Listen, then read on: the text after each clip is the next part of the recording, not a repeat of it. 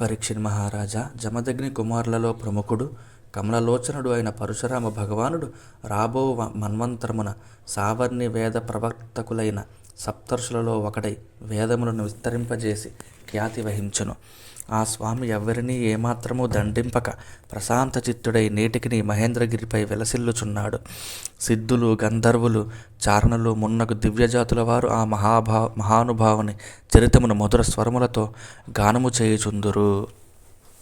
విశ్వాత్ముడు, షడ్గుణైశ్వర్య సంపన్నుడు, సర్వసమర్థుడైన శ్రీమన్నారాయణుడు భూభారమును తొలగించుటకై భృగువంశజులలో పరశురాముడై అవతరించి గర్వోన్మత్తులైన పెక్కుమంది రాజులను తుదముట్టించెను. గాది వలన విశ్వామిత్రుడు జన్మించెను. అతడు ప్రజ్వలించుచున్న అగ్నివలే మహా తేజస్వి. ఆ మహాత్ముడు క్షాత్రధర్మమును వీడి తీవ్రముగా తపస్సునర్చి బ్రహ్మర్షి అయ్యెను. పరీక్షిత్ మహారాజా, విశ్వామిత్రునకు 100 మంది పుత్రులు కలిగిరి. వారిలో నడిమివాడు మధుచ్ఛందుడు సుప్రసిద్ధుడు. అందువలన అందరూ మధుచ్ఛందులుగా వ్యవహరింపబడిరి. భృగువంశజుడు అజీగర్తుని కుమారుడైన సునస్సేపుని విశ్వామిత్రుడు తన కుమారునిగా స్వీకరించెను. అతడు తన 100 కుమారులతో ఇతనిని మీ పెద్దన్నగా భావింపుడు అని పలికెను. ఈ సునస్సేపునకు దేవరాతుడు అనియు నామాంతరము గలగదు. క్షామబాధలకు తట్టుకొనలేక అజీగత్రుడు తన కుమారుడగు సునస్సేపుని హరిశ్చంద్రునకు అమ్మెను. ఆ మహారాజు సునస్సేపుని యజ్ఞ పశువుగా చేసి యూపస్తంభమునకు బంధించెను. అప్పుడు అతడు విశ్వామిత్రుని శరణుజొచ్చెను. పిమ్మట సునస్సేపుడు విశ్వామిత్రునిచే ఉపదేశింపబడిన మంత్రమును జపించుచు అట్లే ఉండెను. అంతటా బ్రహ్మాది దేవతలు అతని ఎడ ప్రసన్నులై హరిశ్చంద్రునకు యజ్ఞఫలమును అనుగ్రహించి అతనిని బంధ విముక్తిని గావించిరి. దేవతలను ఉద్దేశించి చేయబడిన ఆ యాగమునందు దేవతలచే బంధ విముక్తుడైనందున భృగువంశజుడైన ఆ సునస్సేపుడు దేవరాతుడిగా ప్రసిద్ధి వహించెను. విశ్వామిత్రునిచే కొడుకుగా చేరదీయబడినందున అతడు గాధి వంశజులలో ఒకడై మసలు కొనెను. విశ్వామిత్రుడు ఆదేశించినప్పటికీ మధుచ్ఛందులు విశ్వామిత్రుని కుమారులు సునస్సేపుని తన పెద్దన్నగా పరిగణించుటకు నిరాకరించిరి. అందులకు కుపితుడైన విశ్వామిత్రుడు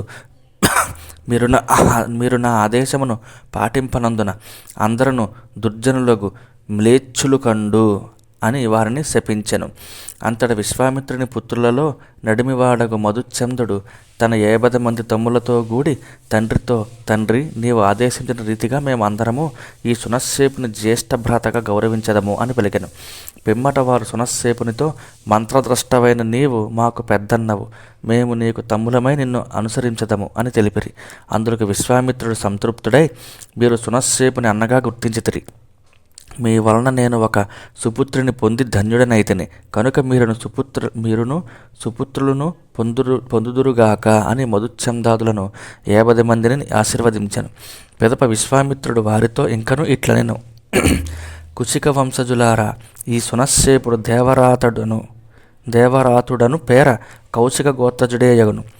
అతని ఆజ్ఞను మీరు పాలింపగలరు. పరీక్షిత్ మహారాజా, విశ్వామిత్రుని పుత్రులలో అష్టకుడు, హారీతుడు, జయుడు, క్రతుమంతుడు మొదలగు వారును గలరు. ఈ విధముగా విశ్వామిత్రుని పుత్రుల వలన కౌశిక గోత్రములో అనేక ప్రవరలు, శాఖలు ఏర్పడినవి. దేవరాతుడు జ్యేష్ఠ కుమారుడొకట వలన కౌశిక గోత్ర ప్రవరలో 2వ వాడయ్యెను. జై శ్రీహరి. 17వ అధ్యాయము. క్షత్రవృద్ధుడు, రజి మున్నగు రాజుల వృత్తాంతములు. శ్రీ శుకుడు పలికెను. పురూరవుని కుమారుడు ఆయువు, అతనికి నహుషుడు, క్షత్రవృద్ధుడు, రజి, పరాక్రమశాలి అయిన రంభుడు, అనేనసుడు అను 5 తనయులు కలిగిరి. పరీక్షిత్ మహారాజా వినుము.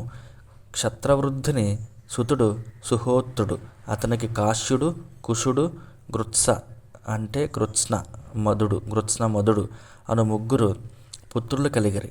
కృత్స మధుని సూనుడు సునకుడు, అతని పుత్రుడు శౌనకుడు. ఇతడు ఋగ్వేదులలో శ్రేష్ఠునిగా వాసిగాంచెను. కాశ్యుని కుమారుడు కాశీ, అతని సుతుడు రాష్ట్రుడు. రాష్ట్రుని పుత్రుడు దీర్ఘతపుడు. దీర్ఘతముని కుమారుడు ధన్వంతరి. ఇతడు ఆయుర్వేద ప్రవర్తకుడు. ధన్వంతరి శ్రీహరిహంసతో జన్మించినవాడు. యజ్ఞములయందు ఆహుతులను స్వీకరించువాడు. ఈయన పేరును స్మరించినంత మాత్రమున సకల రోగములను తొలగిపోవును. జై ధన్వంతరి. ధన్వంతరి తనయుడు కేతుమంతుడు. ఆయన కుమారుడు భీమరథుడు. భీమరథుని పుత్రుడు దివోదాసుడు. దివోదాసుని పుత్రుడు ద్యుమంతుడు. ఈ ద్యుమంతునకే ప్రతర్ధనుడనే పేరు గలదు. ఇతనికి శత్రుజిత్తు, వత్సుడు, ఋతధ్వజుడు, కువలయాశ్వుడు అను నామాంతరములు గలవు. ఈ ద్యుమంతునకు కలిగిన సుతులు అలర్కుడు మొదలగువారు. అలర్కుడు తన రాజ్యమును 66,000 సంవత్సరములు పరిపాలించెను. అంతటి దీర్ఘకాలము రాజ్యపాలన మనొచ్చిన మరి ఒక రాజు లేడు. అల్కరుని కుమారుడు సంతతి. సంతతి పుత్రుడు సునీధుడు. అతని తనయుడు సుకేతనుడు. సుకేతుని సూనుడు ధర్మకేతువు. అతని వలన కలిగిన వాడు సత్యకేతువు. సత్యకేతుని వలన దృష్టకేతువు జన్మించెను.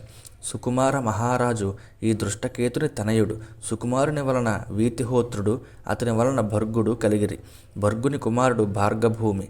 ఇతడు మహారాజుగా ఖ్యాతి కన్నవాడు.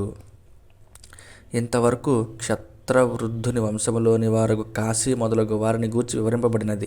ఇక రంభుని వంశమును గురించి తెలిపెదను. రంభుని కుమారుడు రభసుడు. అతని పుత్రుడు గంభీరుడు.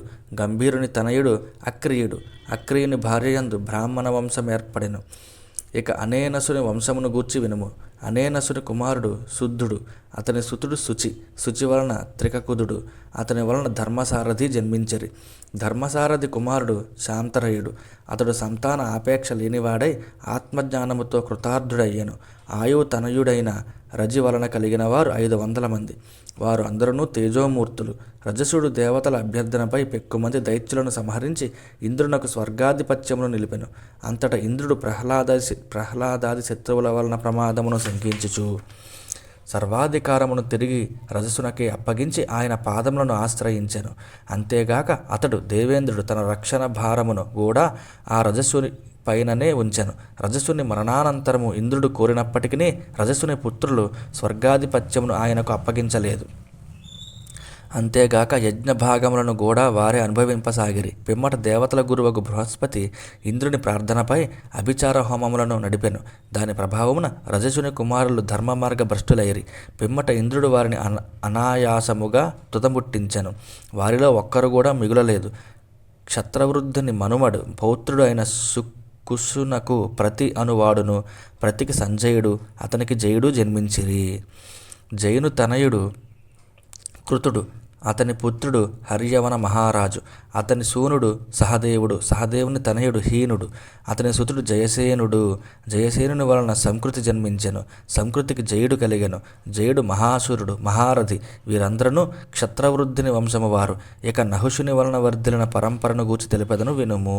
జై శ్రీహరి.